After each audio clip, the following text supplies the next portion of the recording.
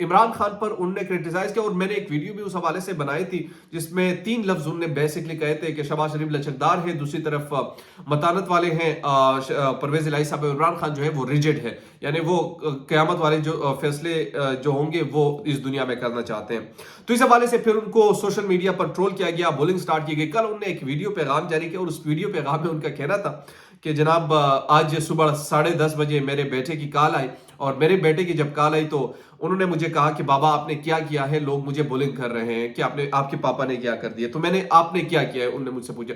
بہرحال یہ کسی بھی طور پر جسٹیفائی نہیں کیا جا سکتا کہ ان کے بچوں تک یہ معاملہ چلے جائے. یہ قاسم علی شاہ کا ایک ذاتی چیز تھا، لیکن قاسم علی شاہ صاحب کو بھی اب سوچنا چاہیے کہ دیکھو اگر آپ نے کسی کے ایجنڈے پر چلنا ہے یا کسی کے بیانی کو آگے لے کر چلنا ہے، پھر آپ کو یہ چیزیں فیس کرنی ہوگی. آپ جب اتنا کھل کے بات کرتے ہیں کسی ایک مخالفین، تو آپ کو یہ 1000 بار سوچنا چاہیے کہ آپ کے اتنے فالورز سوشل میڈیا پر ظاہر ہوں گے لیکن یہ اس چیز کا مقابلہ نہیں کر سکیں. ان میں سے ہزاروں لوگ ایسے ہیں جو آپ سے زیادہ عمران خان کو چاہتے ہیں. تو اپنے لیے خود آپ نے ایک چیز بنائی ہے، اب اس کو خیر آباد کرنے کا واحد طریقہ یہی ہے کہ ایک فارمل آپ اپالوجائز کر لیں. آپ جو کچھ کہہ رہے ہیں یا جو کچھ کر رہے ہیں اس چیز سے کنارہ کشی اختیار کریں. آپ کو کوئی چھیڑے گا بھی نہیں، نہ اب تک آپ کو کسی نے چھیڑا ہے، لیکن جب آپ میدان میں اتریں گے تو پھر یہ چیزیں آپ کو برداشت کرنی پڑے گی. دوسری چیز بڑی اہم ہے، اور وہ شاہد آفریدی کے ساتھ ایک عجیب و غریب واقعہ ہے.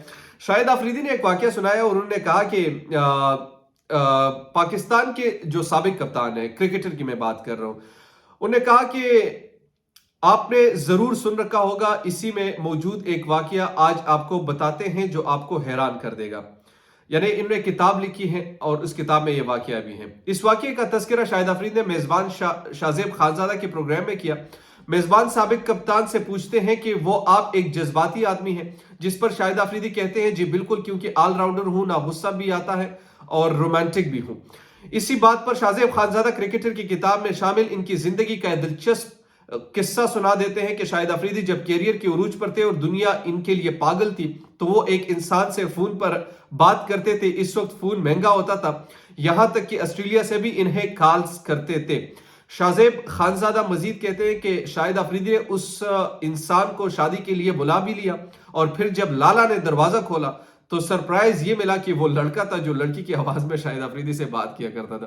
یعنی جو پہلے ان سے بات کیا کرتا تھا وہ شاہد آفریدی کی آواز میں، یعنی شاہد آفریدی سے جو بات کرتا تھا بیسیکلی وہ لڑکا تھا لیکن لڑکی کی آواز میں وہ بات کیا کرتا تھا. لیکن جب ان سے ملاقات ہوئی پھر پروگرام کے دوران شاہد آفریدی نے خود بتایا کہ اس لڑکی کی آواز اتنی پیاری تھی کہ میں آسٹریلیا سے اس کو فون کرتا تھا، حالانکہ اس وقت ہمارے پاس موبائل وغیرہ نہیں تھا، کارڈ لے کر ہوٹل سے فون ملاتا تھا اور کئی گھنٹے بات کرتے تھے.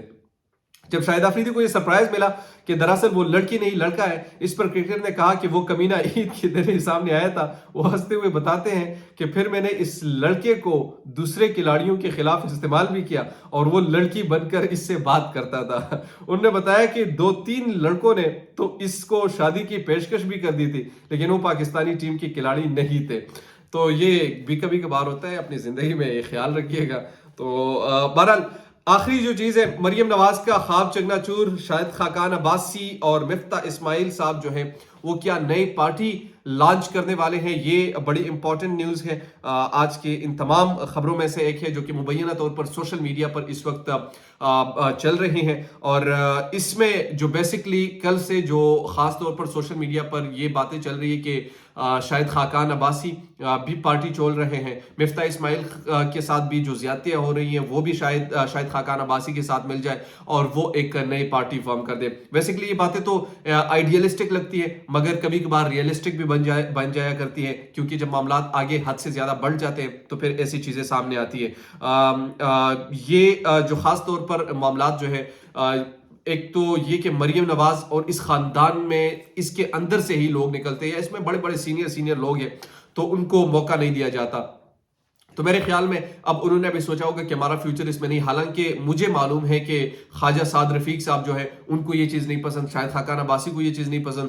ہاں، خواجہ آصف ٹائپ کے جو لوگ ہیں وہ غلامی کرنے میں بڑے خوش نظر آتے ہیں اور وہ انجوائے بھی کرتے ہیں تو وہ غلامی کر لیتے ہیں، لیکن کچھ لوگ جو ہیں وہ اس غلامی سے تنگ ہیں. اور میرے خیال میں یہ جو خبریں ہیں یہ تو ابھی خبریں محض مفروضوں کی بنیاد پر لگ رہی ہیں، مگر اس میں کسی حد تک سچائی بھی ہے اور آنے والے دن آپ اس میں دیکھ لیں گے، چونکہ پاکستان مسلم لیگ نون کا یہ پلان ہے کہ کسی بھی طریقے سے جناب ہم مریم نواز کو اگلی پرائم منسٹر ملک کی بنائیں، اور شاید خاقان عباسی اور ان لوگ کا خیال ہے کہ نہیں، یہ اس کے لیے نہیں، پاکستان مسلم لیگ نون میں بڑے بڑے لوگ بھی شامل ہیں۔ تو یہ اب تک کی جو اہم چیزیں تو میں نے آپ کے سامنے رکھی، امید کرتا ہوں کہ آپ کو یہ ویڈیو پسند آئی ہوگی۔ اگر ابھی تک آپ نے ہمارے چینل کو سبسکرائب نہیں کیا تو کائنڈلی سبسکرائب کیجئے، بیل آئیکن کو پریس کیجئے تاکہ نئی آنے والی اور لیٹسٹ اپڈیٹ سے آپ باخبر رہے۔ اسی کے ساتھ مجھے نعمان خان کو دیجیے اجازت، اللہ نگہبان۔